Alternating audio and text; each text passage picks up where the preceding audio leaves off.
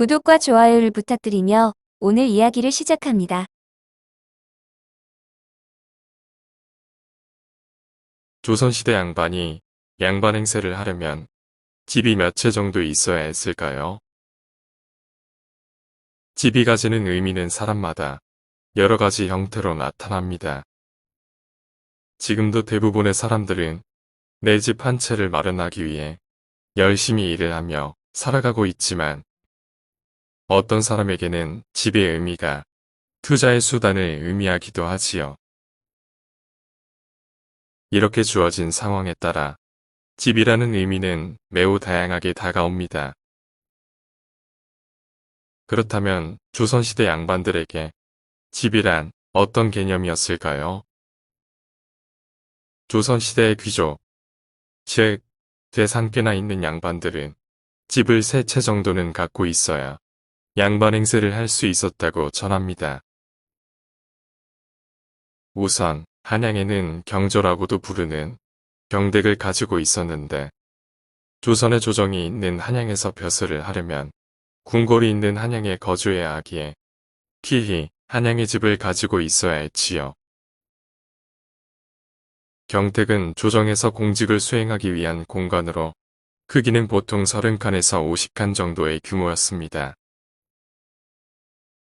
그리고 주로 고향인 지방에도 조상이나 부모로부터 물려받은 집이 있었는데 이를 고향집이라는 의미의 향제라고 불렀지요.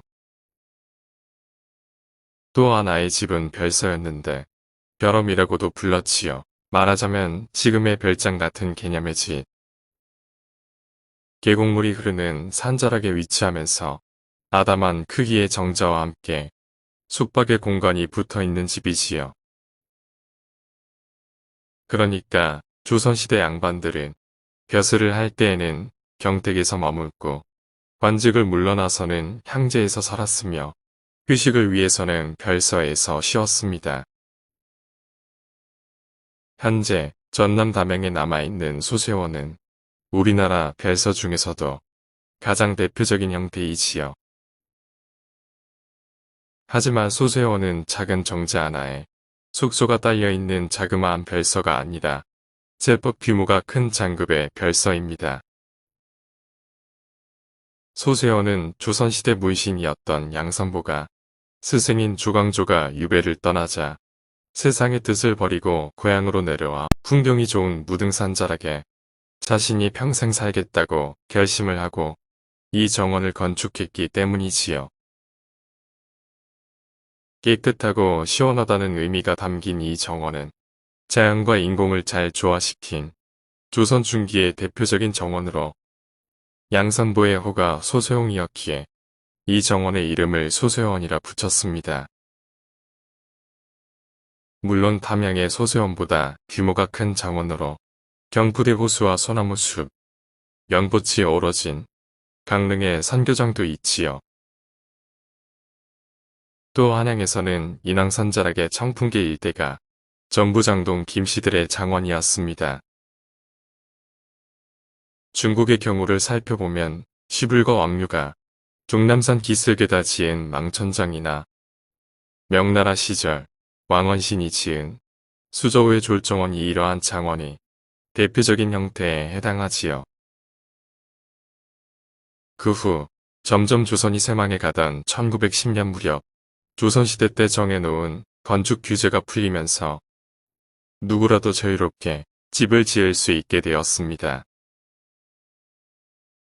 덕분에 서울 도성의 중심가에는 경택의 편리성과 별서의 분위기를 합쳐놓은 제법 큰 규모의 집들이 들어섰는데 모두 장자가 붙었습니다. 이승만의 도남장과 이화장이 그러했고 김구의 경교장, 박헌영의 해화장을 비롯 김규식의 삼청장이 그런 집들이지요. 현재 우리나라의 집을 포함한 부동산 문제는 단순히 주거 문제에 그치지 않습니다. 교육과 학력, 건강과 수명, 불평등과 빈곤도 부동산을 빼고는 설명할 수가 없지요. 그런가 하면 미래의 한국 경제, 정치 부패, 인사 부정, 재벌 비리, 이 모든 것의 중심에는 부동산이 자리 잡고 있습니다. 부동산에 울고 부동산에 웃는 나라. 직업과 노동소득보다는 부동산을 중심으로 한 자산소득이 불평등의 잣대가 되는 사회. 그래서 지금의 대한민국을 부동산 계급사회라고 부릅니다. 구독과 좋아요, 알림 설정은 큰 힘이 됩니다. 꾹 눌러주고 가세요. 더 좋은 영상으로 찾아뵙겠습니다. 감사합니다.